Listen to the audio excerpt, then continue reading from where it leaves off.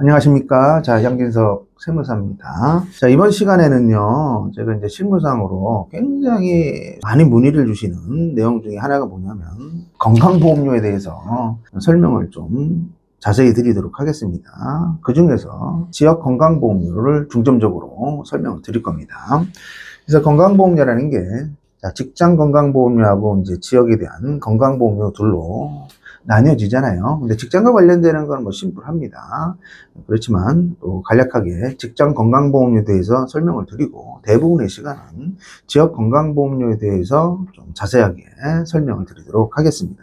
직장 가입자 건강보험료는 근로자죠. 매달 받는 월급의 일정 부분만큼 건강보험료를 내고 그 건강보험료에 뭐가 돼요? 장기 요양보험료라는 거를 합산해서 낼 겁니다. 주의사항이 좀 있어요, 실무상으로. 자, 월급인데, 이 월급에는요, 우리가 과세되는 급여도 있고, 비과세되는 급여도 있는데, 건강보험료 급여는요, 비과세 급여는 빠집니다. 과세되는 금액에 건강보험료를 곱하는데, 사업주하고, 그 다음에 근로자가 이제 반반씩 냈는데요. 통상적으로 일반적인 건강보험료는 7.09%입니다. 그리고 각각이니까 근로자 반, 그 다음에 사업주 반에서 3.545%만큼 각각 일반적인 건강보험료를 내고요. 그 건강보험료 7.09에 합산을 해서 요 보험의 12.95입니다. 요것만큼의 장기 요양, 그 다음에 보험료라는 걸 합산해서 납부를 하죠. 이것도 이제 반반씩 낼 겁니다. 직장 건강보험료의 주의사항이 뭐냐면, 내가 이제 투잡이 있는 거예요. 예를 들어서 근로소득이 있습니다. 지금처럼. 근데 내 금융소득이 있다고 칠게요. 금융소득이라는 게 이자하고 이제 배당소득을 합하는 거잖아요. 그래서 만약에 이자랑 이제 배당소득 금액이 합산을 해서 2천만 원입니다. 2천 이하는 문제가 될 게 없어요.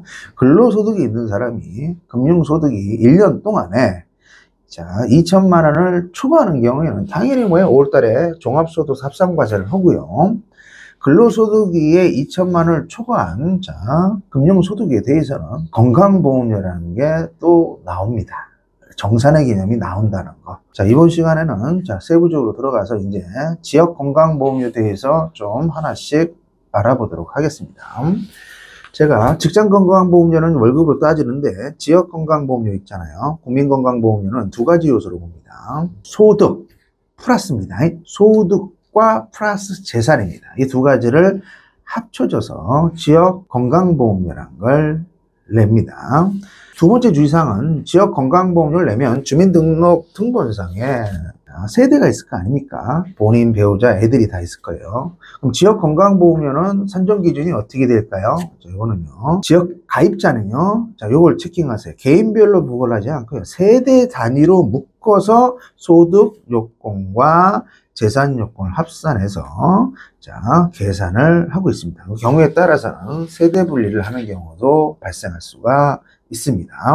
우리가 소득 요건은 개인이잖아요. 지금 현재 개인이 종합소득이 6가지가 있는데 이자, 배당, 사학, 근로, 연금, 기타 소득 요 6가지. 그 다음에 재산 요건에는 뭐 부동산이 이제 대부분이죠. 주택도 있고 부동산 중에 주택 외 건물도 있을 거예요.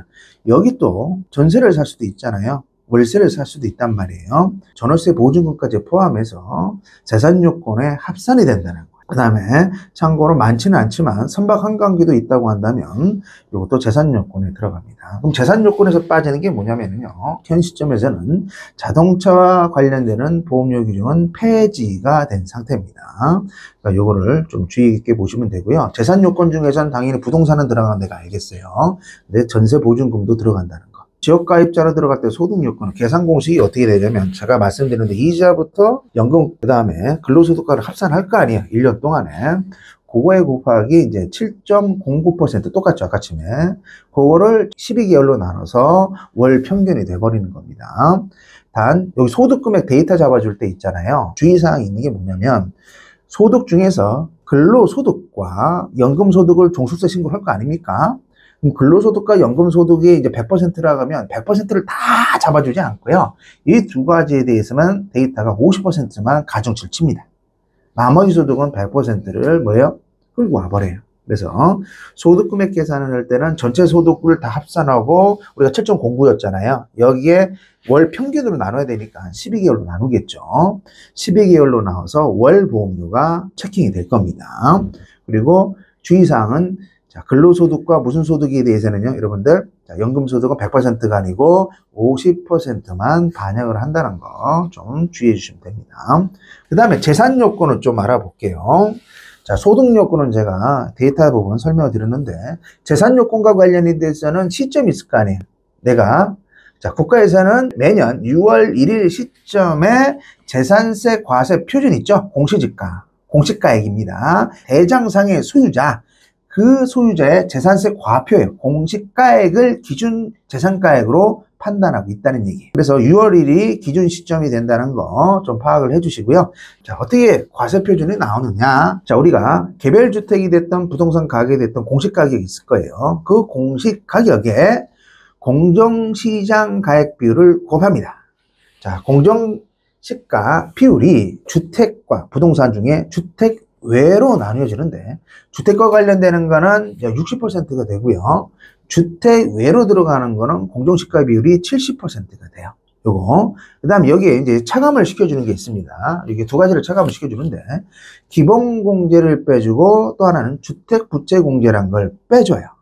기본공제는요, 예전에는 5천만 원인데, 지금 현 시점에서는 1억 원을 무조건 차감을 합니다. 그리고 여기에 금융부채 있죠. 내가 아파트가 있는데 은행에서 담보를 받을 수도 있잖아요. 자, 이런 경우에는 금융부채까지 차감을 한 게 소위 말한 지역가입자의 재산 부분에 대한 과세 표준이 나오는 거예요. 그럼 과세 표준이 있으면 등급이라는 게 있습니다. 몇 등급, 몇 금액, 과표에 따라서 그 등급에 대한 환산 점수가 있어요. 표마다. 그 환산 점수에 곱하기 무조건 208.4원입니다. 208원 정도를 곱해서 재산에 대한 산출 금액이 도출이 되는 겁니다. 그럼 소득 요건과 재산 요건을 합산을 하는 거죠. 이렇게 결정이 된 지역 건강보험료는요. 자, 우리가 5월 달에 종소세 신고를 하는데 정산되는 시기가 11월 달입니다. 11월 달에 매년. 그리고 11월 달 우리가 알 수 있고요. 요게 이제 반영되는 거는 12월부터 자, 5월 달에 신고된 거를 반영을 해서 자, 올해 12월부터 다음 연도 언제까지냐? 11월입니다. 11월까지 해서 유지가 되고 있어요. 직장건강보험료는 제가 말씀드린 대로 소득요건과 재산요건을 합산을 한 겁니다. 또는이 아니고요. 그리고 언제부터? 12월부터 언제까지 끌고 간다고 그랬어요? 다음 연도 11월까지 유지가 된다는 거 보시면 됩니다. 요거는요, 우리가 앱이 있습니다. 건강보험 사이트에 더 건강보험용 앱이라는 게 있어요. 여러분들은 이거를 다운받으시고요. 자, 민원 요기요라는 데서 모의 계산이 보험료, 거기다가 내가 갖고 있는 소득 요건이라든가 재산에다 공시가액 있잖아요. 요거를 자, 입력을 하면 자, 지역 건강보험료 산출 금액이 뜨고 있으니까 그 앱에서 자, 확인해 주셔도 될 것 같습니다. 그 다음에 이제 참고사항으로 해서 보험료 절감 방법에 대해서 좀 몇 가지 설명을 드리도록 하겠습니다. 자, 첫 번째요. 보험료를 줄일 수 있는 방법이 있는데, 뭐 내가 소득이 없으면 직장 가입자, 근로소득이 있는 배우자가 있어요. 그럼 당연히 모르다가 피부비양자로 들어가겠죠. 또는 내가 부모님이 사업을 하신다거나 또 뭐예요? 근로소득이 있다면 피부비양자로 등록을 하면 나는 뭐죠? 피부양자로서 보험료가 면제가 되겠죠. 두 번째, 직장에 다니다가 퇴사를 했습니다. 퇴사를 했는데 요거 조심하세요. 막바로 이제 지역으로 해서 가버리면 부동산이 있다고 칠게요. 금액이 커요. 부담이 굉장히 크단 말이에요. 그래서 어떤 제도가 있어요? 임의 계속 가입 제도는 있단 말이에요. 막바로 돌리지 않습니다. 지역으로. 그리고 퇴직 후에도 일정 기간 동안 직장 가입자 보험료를 유지하는 제도가 있으니까 이걸 잘 활용해 주시기 바랍니다. 그 다음에 지역 건강보험의 재산 요건을 고려를 하는데 우리가 주택급등 부채라는 게 있지 않습니까? 담보된 게 있으면 그걸 활용을 하셔야 돼요. 차감을 해서 재산세 과표가 줄어드니까 그만큼 건강보험료 지불하는 게 줄어들겠죠. 특이사항으로 또 몇 가지 더 설명을 드릴게요. 조심해야 될 게 금융소득 중에서 직장 가입자가 아니에요. 회사를 다니진 않습니다. 근데 금융소득이 있잖아요. 1,000만 원입니다. 초과할 경우에는 지역건강보험료가 뭐예요? 나오고 있다는 거. 그 부분을 좀 주의를 해보시기 바랍니다. 오늘은 자, 지역 건강보험료 위주로 해서 건강보험료에 대해서 한번 살펴봤습니다.